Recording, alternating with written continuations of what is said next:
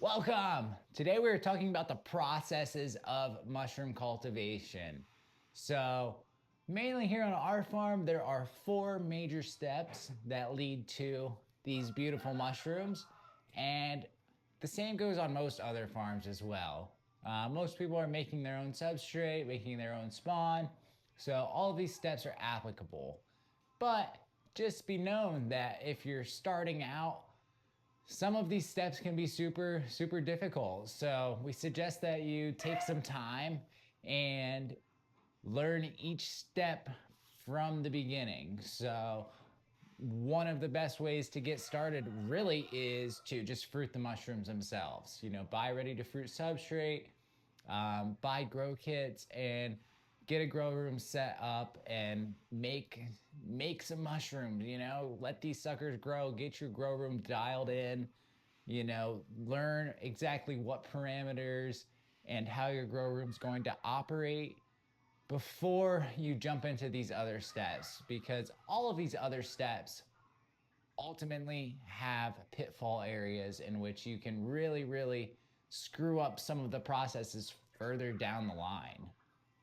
So for us, the process goes auger, G1 spawn, G2 spawn, and finally ready to fruit substrate here.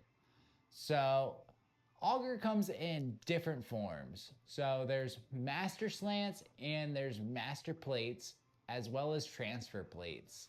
So we kind of lump those all together because they're all primary steps here. They're all steps for long-term storage, and they're all steps that are needed to kind of keep our cultures fresh while also ensuring that we have a little bit of mycelial mass to actually expand into grain and further generations. These turkeys, they're driving me nuts. They're just sitting outside the door gobbling. So our cultures are all stored on master slants. Master slants are tubes that are full of auger. They're literally 100 milliliter tubes, and they are ports in which they have a nice little slant in the auger, which is why they're called master slants. And these are for long-term storage.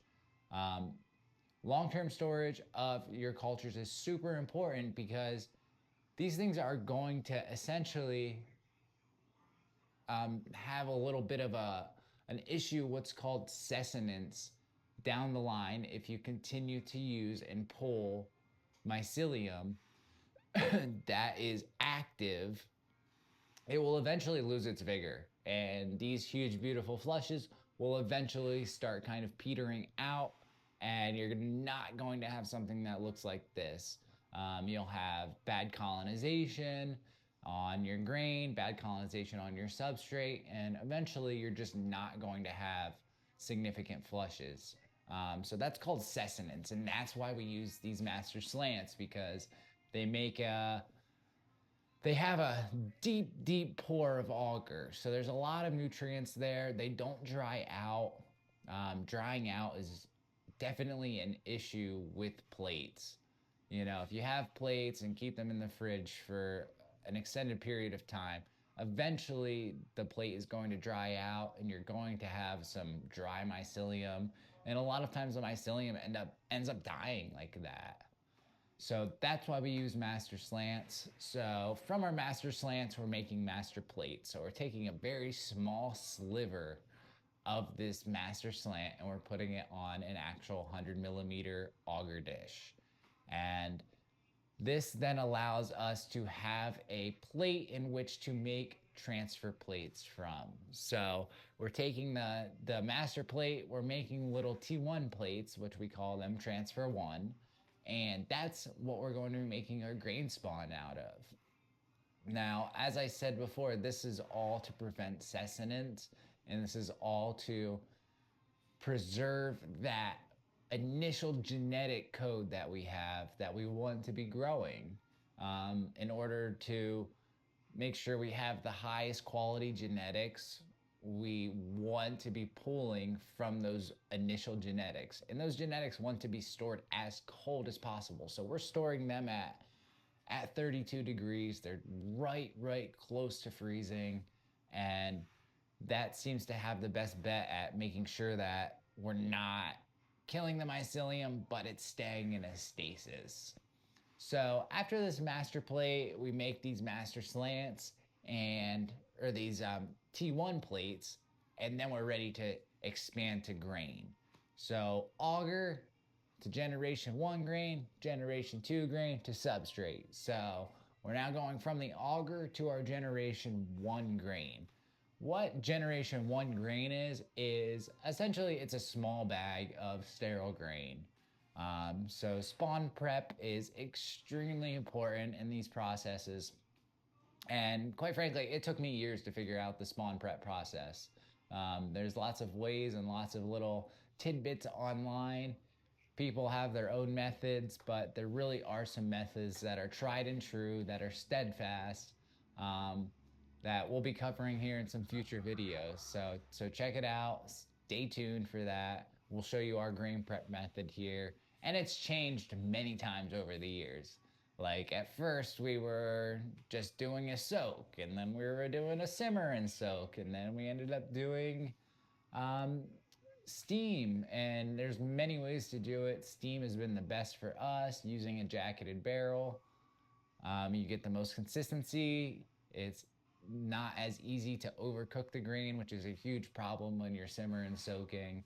So there's lots of ways to go about it, and highly suggest just finding what works for you. But we were finding with simmer and soaking, some of the materials that we were using, our bacterial rates were a lot higher than we had initially hoped for. So we switched to fully organic millet, and a lot of those issues have fallen to the wayside. So G1 spawn, essentially we're making 2.5 pound bags of grain. And that is what we're taking our T1 plates and putting them into our G1 bag. So we're taking these T1 plates, we're cutting them into little slivers, and we're dumping that into the G1 bag. And then we allow that to colonize. These bags grow a little bit slower because there's only a few inoculation points. I think we're putting in 9, about 1 centimeter square pieces of auger in here. So they take about 2 to 3 weeks to actually be fully colonized. They require a shake, and they require multiple stages of testing throughout to make sure they're clean. Once these G1 bags are totally colonized, we're then ready to expand them to more grain. So the whole name of the game here is mycelial mass expansion, and that's essentially what our farm does with creating this ready-to-fruit substrate. We're more or less a mycelium farm rather than a mushroom farm. And mycelial expansion is totally what our focus is. It's not really growing mushrooms, it's making sure we're creating enough mass. So that's why there's these 2 stages of grain spawn, the G1 and G2, because we're just trying to expand that mass so that we can inoculate a lot of ready-to-fruit substrate. So each one of these steps, the expansion becomes greater and greater. You're going from one little plate. One of these plates is making 4 G1 bags. And then each one of these G1 bags is making 9 G2 bags. Each of those G2 bags is then making anywhere between 15 and 25 G2 or substrate bags. So you can see how you're slowly just increasing the mass. So we go from G1 to G2. These parts of the processes are just super finicky, and you need to be testing throughout these stages, because this is just an opportune point to totally mess up your end result here. Any types of bacteria, mold, anything can really be detrimental to your final product. And since our final product is ready-to-fruit substrate, we really take lots of care, lots of time testing each of the batches of our grain spawn. And if you're making your own grain spawn, you need to be pouring extra plates and testing that grain spawn directly to auger, because that's the only way you're going to have a good idea of what's going on, is getting an actual visual representation of it. So after we make our G2 grain spawn, it's been tested, we're ready to make our substrate, which here at 10 Mile Mushrooms, our substrate is hardwood sawdust and soy hulls for about 90% of the species we grow. We also do use hardwood sawdust and wheat bran for some of these species that need a little bit less nutritional value. They don't need that high nitrogen content. So we use bran for essentially just maitake and shiitake. But there's lots of species that will grow well on it, and actually all of these species will grow well on it. You're just not going to get these big massive yields like this. So substrate, the final stage, really our goal here is to get perfectly colonized blocks. We want these blocks to have total colonization, be totally white, and that will give us huge yields like this. So each of these stages requires knowledge. And like I said, learn one stage at a time. If you're going to learn all these stages at once, you're gonna end up like me, spending tons of money, taking tons of time, and really just not getting every stage down pat like you could if you started out with one thing. There weren't as many suppliers back when we started, and it made it a lot more difficult to be like, okay, it's the spawn or it's the substrate. Even the biggest names in the game were still kind of sending some spawn that was not ideal. It was a little sometimes old and it wasn't taking off very well, and that's really what led us to making our own spawn. But now we have the luxury of, there's plenty of great good spawn suppliers. Still suggest that you vet every single supplier that you're using, and still test their grain. When we get grain from other suppliers, we will test it on auger and just make sure that it's clean. So suggest you do the same. So those are our 4 major stages of substrate production here at 10 Mile Mushrooms. We got the auger, we got our 1st generation grain, 2nd generation grain, and then finally our substrate.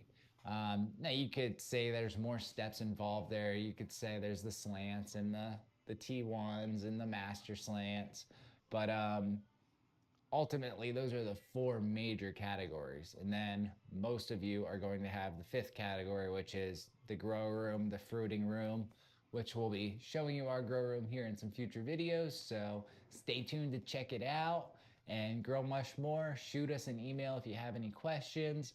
We're here to help, and we're here to help some others grow much more as well. So peace out. Have a great day, guys.